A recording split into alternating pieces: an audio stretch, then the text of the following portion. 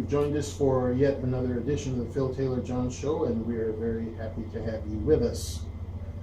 Today our focus is going to be reality, pure and simple. I'm Phil Taylor Jones, your host, and let's get into some of this reality right now. You know, people are running hither, dither, and yon, worrying about who's going to be president of the United States. They're running hither, dither, and yon, trying to figure out, is government going to be good for us? While people in other countries are actually doing something about it. Take the people of Great Britain. If nothing else comes of what they did other than the fact that they stood up as a people and showed those idiot politicians and their stupid government that they won't lay down and take it. Like the people in France, they've been raising hell over there for months, fighting the police and anybody who gets in their way, running over them like a steamroller to let them know that they're not going to take the status quo anymore. They're fighting for what they believe is right. In other countries, people are doing the same thing. And in other countries, people are doing the same thing we here in America are doing, and laying down and taking whatever the stupid politicians throw at us. But then we hope for a better new world, a better society, a better economy, a better this, a better that. Well, I'm sick of people with their heads in the sand. You need to wake up to the cold, hard reality that this is never going to get any better than it is. If you look at it, it's going to get increasingly worse. Why do you say that, Phil? Well, look at the history of what's been going on, say for the past 60 years. What does that tell you? Have we bettered our situation? No. If you look at the way these idiot politicians have run this country, they've run it into the ground. We had a senator here, or I think it was Senator, Henry Waxman, went to Washington about 35 years ago. And if it's a lie, they told it, because I understood it to say that when he first got there, the national debt was about $233,000. Now, today, it's over 20 trillion. Has it gotten any better? No. Why? Influx of foreigners that we're trying to take care of on every level you can think of. We're going off fighting other people's wars that we have no business in. We're sticking our nose in other countries that we have no business sticking our nose into. We're supporting countries that are rich and don't really need or want our support. We've got idiot politicians coming up with various programs that are nothing more but pork bellies and hedge funds. We've got, in essence, leaders who are leading us down the toilet. Literally, physically, and every other kind of lee you can think of. We've got veterans who fought for this country, who aren't being taken care of, and are sneered at by the president and others in this stupid political arena. We've got soldiers over there fighting now in a dumb war, two dumb wars that we shouldn't have even been in because of a stupid, idiotic president by the name of George Herbert Walker Bush, who went over and started messing with Saddam Hussein, taking him out, leaving a vacuole, which created organizations like ISIS and Al-Qaeda. We're further deep in that war because of his stupid son, a Respublican, both Republicans, who got into the presidency for one purpose and one purpose only, and that was to vindicate his dried up father. Because he came home from that war with egg on his face. These are the types of idiots that we're dealing with who have brought down this great nation. Then you get Blowjob Willie in there, who created things like NAFTA, which was no good for the United States or the workers here, or the businesses and manufacturers here. That's why they went scooting off to places like China, Taiwan, Taipei, Mexico, taking good paying jobs with them. Politicians, what are they good for? Nothing. Say it again. And you think for one moment that here we are in 2016, and we've got two candidates, Donald Trump and the Bitchery Clinton. And you think they are going to be your salvation? You think that these two are going to dig us out of this pit? I think not. I don't care who they put in the office of president of these supposed United States. It's not going to work, ladies and gentlemen, unless we change the way we do business. First of all, the changing of a president and his cabinet doesn't mean a hill of beans if we've got the same old House, the same old Senate, the same old Supreme Court justices, the same old, doing business as usual, sending us down the toilet, blah, blah, blah, blah, blah, blah, blah, whoosh. It's not going to work. We need to change our system systematically and completely. Clean house. Start acting as one complete unit. That unit with the fertile idea in their mind that they are there for the betterment of the United States and her people. Not these fakakta parties. They need to get rid of these parties. The Democratic Party and the Republican Party, because that's all they care about is keeping those fat cats in those jobs and making money for themselves. They don't care about the people and the needs of the people. Dig it hard. So yeah, Trump could get in there. The bitch could get in there, and it won't mean a hill of beans. It'll go from bad to worse. It's designed that way. Too much corruption, too much palm greasing, too many crooked creeps in bed with each other. That's what we're dealing with here with these politics and these politicians. Therefore, creating and continuing a corrupt governmental system by which this country is mismanaged. Can't you understand that? Then you couple that with the fact that we've got a few patriots over here trying to hold on to a big hunk of Americana, while you've got some idiot Americans over here beating the tom-toms for those who are trying to kill us.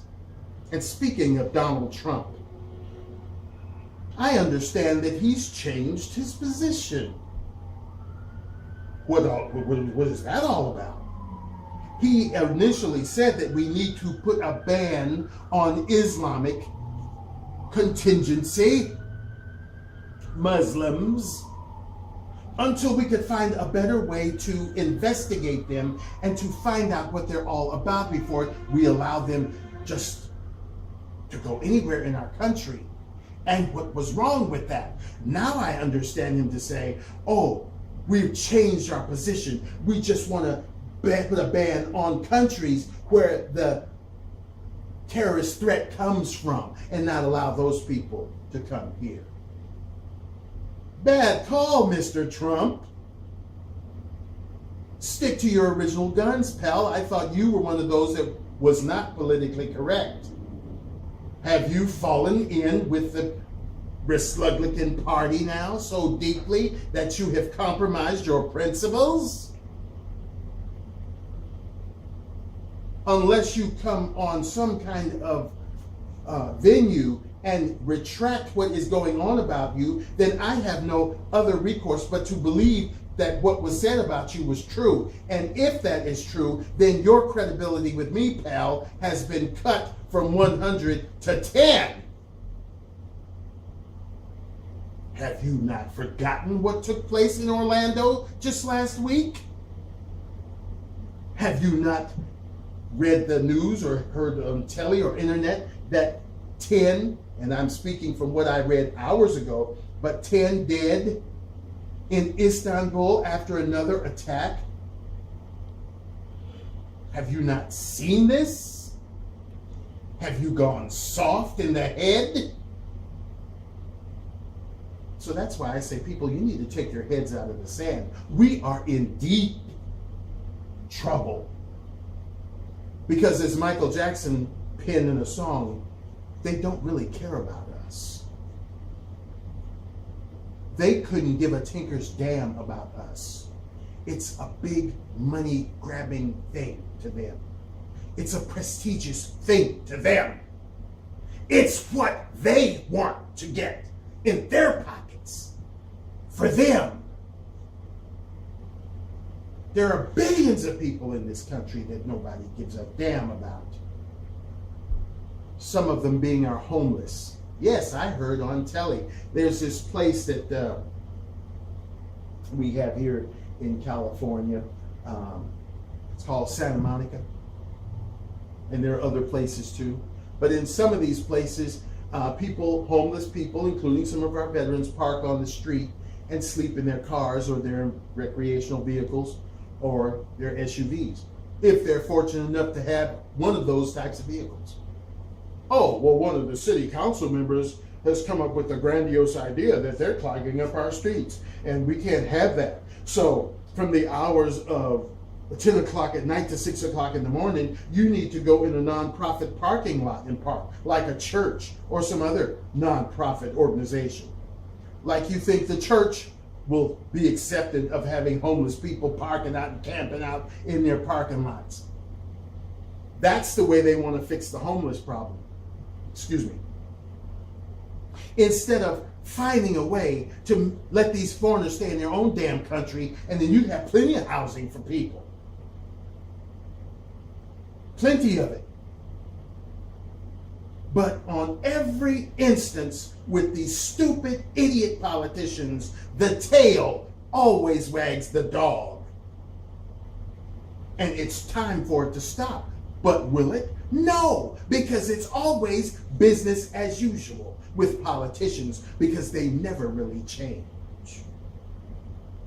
Those idiots in Washington, as I've alluded to in many other shows we've done, they have buried at least 4 or 5 presidents. They've been in there that long with the same archaic, stupid, asinine ideas and philosophies. And just constantly banging heads with anybody who happens to disagree with them. And you think anything is going to change just because you get a new president? And remember, neither one of these two are liked by the American public that much. Neither one of them. They're both wishy-washy and flip-floppy. You know, I don't understand why we have to put up with such idiots. I mean, if ISIS has just got to go out there and kill somebody, and they do it not because they're trained to do it, but because they love it. They love to kill. If they just got to kill somebody, why don't they kill up all these dumb politicians? Do the world a favor. We don't need them cluttering up our system. It's already cluttered up enough. $20 trillion in debt. They're saying that Donald Trump's plan is going to put us in an unprecedented amount of debt. Oh, and I guess the bitch just won't. Bitch Clinton. Hers won't do that. Any of them will do that. I don't care which presidential candidate you would have chosen, it would have done that. Why? Because business as usual. If you're going to let no-hopers come into your country and sponge off of you, if you're going to let no-hopers come into your country and destroy the infrastructure, put graffiti all over the wall and destroy things, if you're going to let no-hopers come to your country and inundate your healthcare system because they run to the doctor every time they stub a toe or break a toenail, because they haven't been able to do that in their slimy country. If you're going to let no-hopers come over and give them things that you can't supposedly afford to give your native sons and daughters, that's how you're getting $20 trillion worth of debt, idiot. If you're going to stick your nose in somebody else's business and then get into a war with them, that is how you raise $20 trillion worth of debt. Get wise.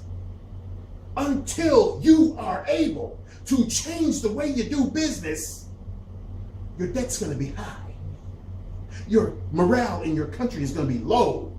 And the morale in this country is so low, it's got to reach up to touch bottom. I'm sick of all the dumb crap.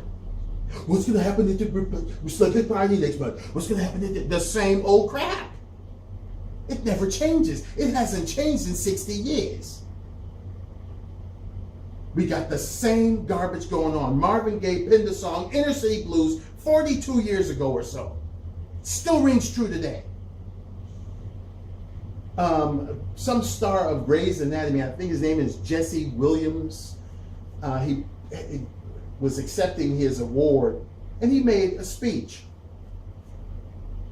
And it was all over social media about what a racist pig he was, and he's this, and F that nigger, and he's a racist F, and all of this. So I don't look at BET. I don't look at anything of these awards on television, what they are, because I don't like what's on telly. If it's not on PBS and they're beginning to slip a little, then I usually don't see it.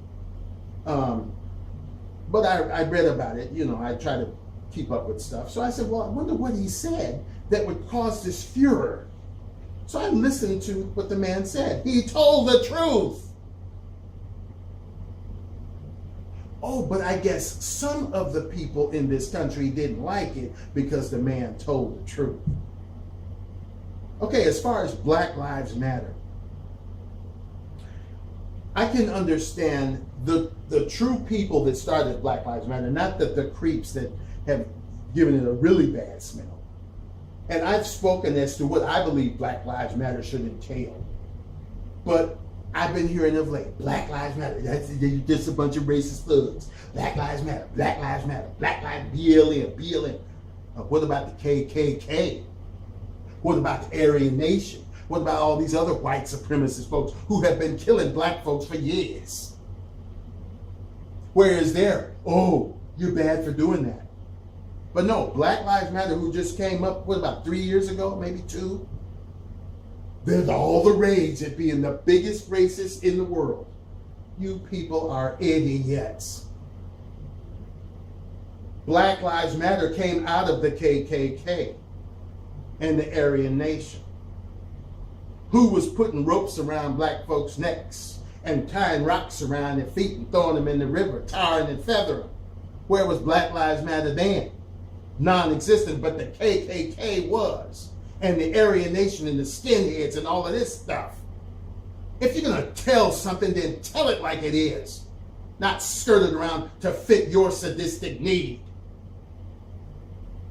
Yeah, I'm not saying that the police only kill black people. But knowing these news whores the way I know them, if they were killing up a lot of white folks, you bet your bottom dollar you would hear about it. And what Jesse Williams said about some thugs rolling up on a 12-year-old playing in the park by himself and blowing him away before the car could even stop, that bears watching. That lets you know that something is wrong with the legal system in this country. An innocent woman driving down the street trying to get to a job interview, and some stupid, creepy, rogue, I won't even say policeman because he was a murderer, pulls her out of her car, knowing that she had epilepsy, and he said, good, hurling her to the ground, then subsequently taking her to jail where she ends up dead, and he gets off scot-free. There is something wrong with the legal system in this country. And if you can't believe that, you're an idiot. And nobody wants to address that. So, yeah, I don't care who they put in there as president. First of all, I have no faith in any of them, because all of them are idiots in some form or fashion. This system of things will never be anything but what it is and worse, because of the theme of this show. As long as you do business as usual, it's never going to change. It's going to get worse. The 20 trillion will go to 30 and 40 trillion. This country will become like Venezuela, I believe, is where people are going hungry down there because of what? Stupid politicians playing to their own agendas, not caring about the constituency that supposedly put them in there. Super delegates and all of these little shoe-in machinations by which they do business. What happened to the way it used to be, where you went and cast your vote and whoever got the most votes won the presidency, or won the mayoral office, or the gubernatorial office, or whatever office you were running for, if it was nothing more than dog catching? Too much calculated corruption, ambiguity, and overall crap into the political realm is the reason by which many a nation fall. Making America great again? No. Working for us? No. Any of these little stupid slogans that they've come up with are nothing but bull crap. First of all, you win the credibility, you win the will of the people by sticking to your guns and following your gut. If you say that there is going to be a ban on Muslims or people of Islamic ilk until we can find a way to better investigate them before we let them into our country, then you stand by that. You don't falter. You don't fall by the wayside because the grand old party wants you to do it. If you want to raise the minimum wage to $15, you don't fall back on that. Because even if you did raise the national minimum wage to $15 an hour, we would still be in poverty. These unscrupulous landlords, these unscrupulous banks are ripping people to shreds because of greed. Look at this creep that we have in office now and his ugly, creepy wife. The best she can do is come up with something against childhood obesity. If you really wanted to do something, you luciferous creep, why didn't you say we need to roll prices back to 1953, where people don't have to go to the store and spend $4 for a good loaf of bread? You know, the kind where you can chew it and it doesn't stick to your roof of your mouth like some cheap bubble gum. We need to roll rents back to what they were in the early 60s. That's how people live. We need to make sure that every child in America eats, period. Not that they shouldn't eat Captain Crunch or sugar frosted flakes. Oh yes, I said the demonic word, sugar.